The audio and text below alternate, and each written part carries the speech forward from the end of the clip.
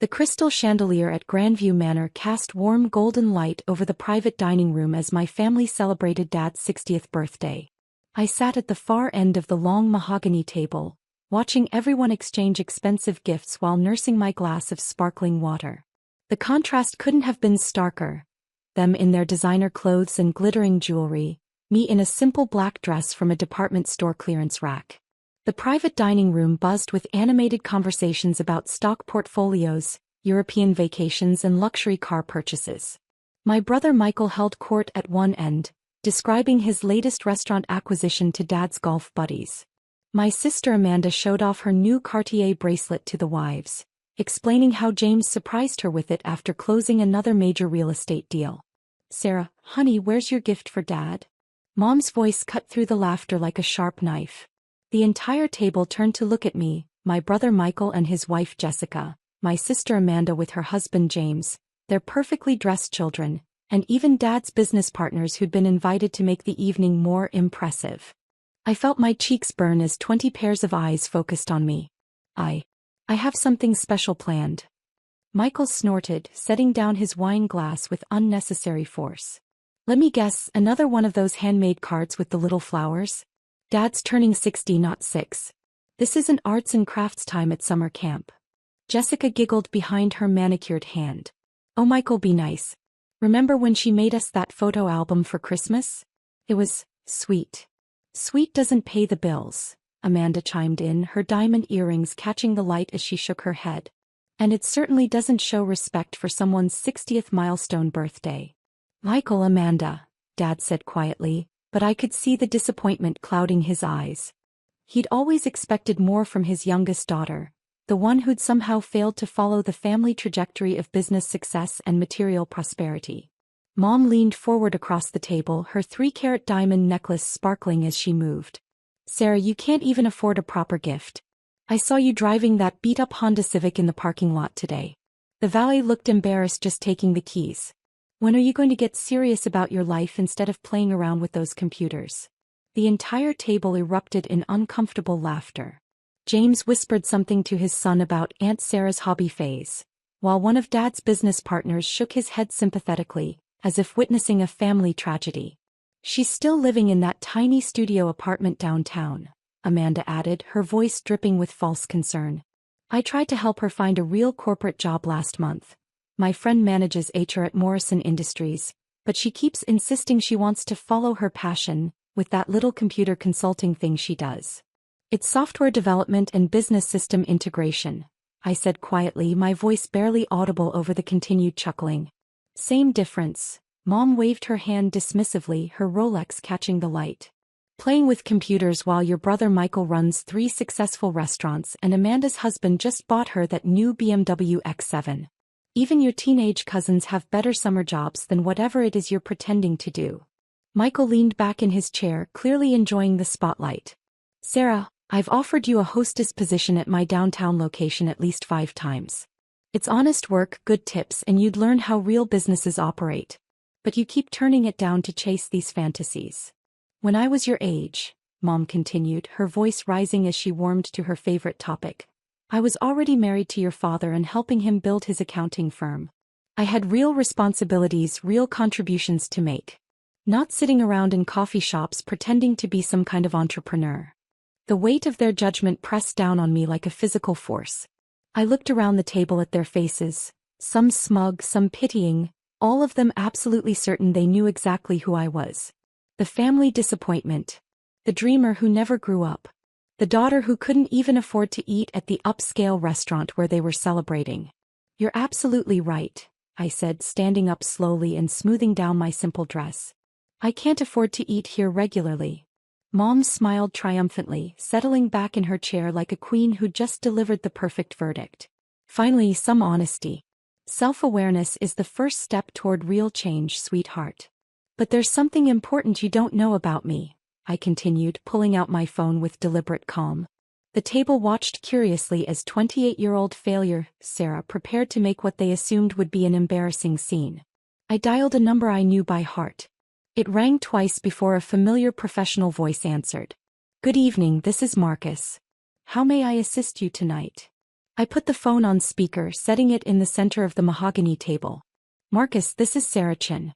I'm currently in the Grandview private dining room with some guests who seem to have forgotten their manners. Could you please come up and escort the Thompson family out? They're no longer welcome at any of my properties. The silence at the table was so complete I could hear the soft jazz music playing in the main dining room below. Mom's face went completely white, her fork clattering onto her china plate. Dad's mouth opened and closed like a fish gasping for air. Of course, Miss Chen, Marcus replied through the speaker, his tone immediately shifting to utmost respect. I'll be right up. Should I also notify security to update the access list for all 7 locations? Yes, please do that. And Marcus, please bring the ownership documentation. I think there's been some confusion about who actually runs this establishment. Before anyone could respond, the dining room door opened with its characteristic soft whoosh. Marcus, the restaurant manager I'd worked closely with for the past 4 years, walked in wearing his perfectly pressed suit and carrying a leather portfolio. His usual professional smile faltered slightly when he saw the shocked faces around the table. Good evening, everyone. I apologize for any interruption to your celebration. He turned to me with a respectful bow that made Amanda gasp audibly. Miss Chen, is there a service issue I should address immediately? Dad found his voice first, though it came out as barely a whisper. Miss Chen? Marcus, why are you calling my daughter Miss Chen? Her last name is Thompson. I smiled for the first time all evening, feeling a weight I'd carried for years finally lifting from my shoulders. Actually, Dad, my legal business name is Sarah Chin. I changed it 4 years ago when I incorporated my first company. Chin is Mom's maiden name. I thought she'd appreciate the honor, though she never seemed to notice. That's impossible, Michael stammered, his confident demeanor cracking. You work with computers in coffee shops. You drive a 10-year-old Honda. You live in a studio apartment. I work with integrated business systems across multiple industries, I corrected gently, including hospitality, real estate development, and logistics. The coffee shops are just where I prefer to work when I'm coding. As for my living situation, I choose simplicity because every dollar I don't spend on status symbols goes into building something substantial. Marcus looked between me and my bewildered family, clearly trying to navigate the complex family dynamics he was witnessing.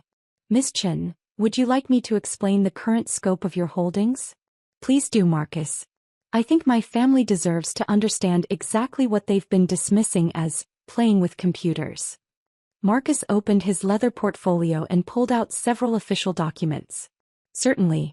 Ms. Chin is the founder and sole owner of the Grandview Manor Restaurant Group, which she established 4 years ago after purchasing this location from the previous owners who were facing bankruptcy. Amanda's wine glass slipped from her trembling fingers, shattering against the marble floor in a spray of red wine and crystal shards. 4 years ago? But that's when you said you were starting that computer consulting thing. The computer systems were just the beginning, I explained. I saw an industry that was struggling with outdated technology, inefficient operations, and poor customer experience integration. So I built solutions. Marcus continued, clearly proud to represent my achievements. Under Ms. Chen's leadership, we've expanded from this single struggling location to a 7-restaurant group employing over 300 people across the metropolitan area. The Grandview Manor Group now generates approximately $18 million in annual revenue. The collective gasp from the table was audible even over the background music. Jessica clutched Michael's arm, her knuckles white. James loosened his tie as if suddenly unable to breathe properly. 18 million, Dad repeated slowly as if testing whether the words were real. Our flagship location here at Grandview Manor alone brings in $4.2 million annually, Marcus added, consulting his documents. We've received recognition from the James Beard Foundation, earned Wine Spectator Awards for our cellar, and maintained 5-star ratings across all review platforms. Ms. Chin has also been featured in Restaurant Business Magazine as one of the industry's most innovative young leaders. Mom's designer handbag fell to the floor with a soft thud, spilling its contents across the expensive carpet. Sarah, this can't be real. If you owned restaurants, successful restaurants, we would know about it. Would you? I asked, my voice steady despite the emotion churning inside me. When's the last time any of you asked about my work? Really asked, not just dismissed it as a phase or a hobby. When's the last time you wanted to hear about my goals, my achievements, my challenges? The table fell silent except for the sound of 10-year-old Sophia, Michael's daughter, whispering to her brother, "Does this mean Aunt Sarah is rich?" Marcus cleared his throat diplomatically. "Miss Chen, should I mention the expansion projects and the real estate portfolio?" I nodded, watching my family's faces as their entire understanding of reality shifted before their eyes. "Please do." In addition to the restaurant operations, Miss Chen owns the buildings housing 5 of our 7 locations, with a combined real estate value of approximately $12 million. She's also the primary investor in the new Riverside development project, which broke ground last month and represents a $25 million investment in waterfront dining and entertainment. Jessica made a small choking sound. James stared at me as if I'd suddenly sprouted wings. Even Dad's business partners, who'd been treating me with polite condescension all evening, were now leaning forward with obvious respect and interest. "But the apartment," Amanda whispered. "The car. The clothes. I live in a downtown loft that I own outright, purchased it in cash 3 years ago. It's 2,000 square feet of converted warehouse space with city views. I drive the Honda because it's reliable and practical for running between restaurant locations. And I dress simply because I prefer to be judged on my ideas and results, not my wardrobe." Michael stood up abruptly, his chair scraping against the floor. "This is insane. If you were this successful, why would you let us treat you like a failure?" I finished. "Because I wanted to see who my family really was when they thought I had nothing to offer them." Tonight answered that question pretty clearly. Dad leaned forward, his face pale and drawn. "Sarah, sweetheart, we had no idea. We thought. You thought what you wanted to think," I said, not unkindly but with firm honesty. It was easier to believe I was the family disappointment than to consider that maybe I was building something you couldn't understand. Marcus shifted uncomfortably, clearly sensing he was witnessing a family reckoning. "Miss Chen, should I prepare your usual table in the main dining room? Or would you prefer to continue this conversation in your office upstairs?" "My office?" Mom echoed weakly. "Yes, Miss Chen maintains an executive office on the 3rd floor for managing the restaurant group and meeting with investors," Marcus explained. "She's here most Tuesday and Thursday mornings for operations meetings." I looked around the table at 20 faces displaying various combinations of shock, embarrassment, and dawning realization. These were the people who'd raised me, loved me in their way, and completely failed to see me. "Marcus, could you please have the valet bring my car around?" "Of course. The Porsche tonight, or would you prefer the Range Rover?" The collective gasp was even louder this time. Michael actually laughed, a short, disbelieving bark. "Porsche? You have a Porsche?" "I have several vehicles," I said simply. "The Porsche for client meetings, the Range Rover for site visits, and yes, the Honda for everyday errands. Different tools for different purposes. The Porsche tonight, please, Marcus. And thank you for handling this with such professionalism." Marcus bowed slightly. "Always a pleasure, Ms. Chen. Will you be in tomorrow for the board meeting with the investors?" "Of course. 9 a.m. sharp. We're finalizing the Portland expansion." As Marcus left, the dining room erupted in overlapping voices, questions, apologies, demands for explanations, and expressions of disbelief. I held up my hand and surprisingly they all fell silent. "I'm going to leave now," I said, picking up my simple black purse. "Your dinner tonight is completely complimentary. Consider it my birthday gift to you, Dad. The meal you've enjoyed costs approximately $2,400, which is coincidentally what this restaurant donates to local food banks every week." I walked toward the door, then paused, looking back at my family. Dad looked older than his 60 years, Mom seemed to be fighting back tears, and my siblings appeared to be processing a complete shift in their understanding of reality. "There's a new location opening next month, Riverside Manor, the one Marcus mentioned. I'm hosting a soft opening brunch this Sunday at 11 a.m. You're all invited if you'd like to come. But," I met each of their eyes in turn, "if you come as people who want to know who I actually am. Not as parents trying to manage their disappointing daughter, or siblings trying to fix their failure of a sister." Dad stood up slowly, his hands trembling slightly. "Sarah, will you give us a chance to do better?" I smiled, feeling something soften in my chest despite everything. I've always wanted a real relationship with this family, Dad. That invitation is genuine. But it's also conditional on respect. What time did you say? Mom asked quietly, her voice small. 11 a.m. Riverside Manor, 412 Waterfront Drive. Ask for the owner's table. I paused. They'll know what that means now. As I walked through the main dining room, I noticed other patrons watching with curiosity. Some recognized me from business meetings and community events. Others were simply drawn to the drama they'd glimpsed through the glass doors of the private room. The valet, Carlos, smiled as he handed me the keys to my midnight blue Porsche 911 Turbo. Good evening, Miss Chin. I hope your family celebration went well. It was educational, I replied, settling into the leather seat that had been custom-fitted to my preferences. As I drove through the city I'd helped shape with my restaurants and investments, past the office buildings where my corporate catering division served thousands daily, past the Culinary Institute where I guest lectured on restaurant technology integration, I felt lighter than I had in years. My phone buzzed with a text from Dad. We'll be there Sunday.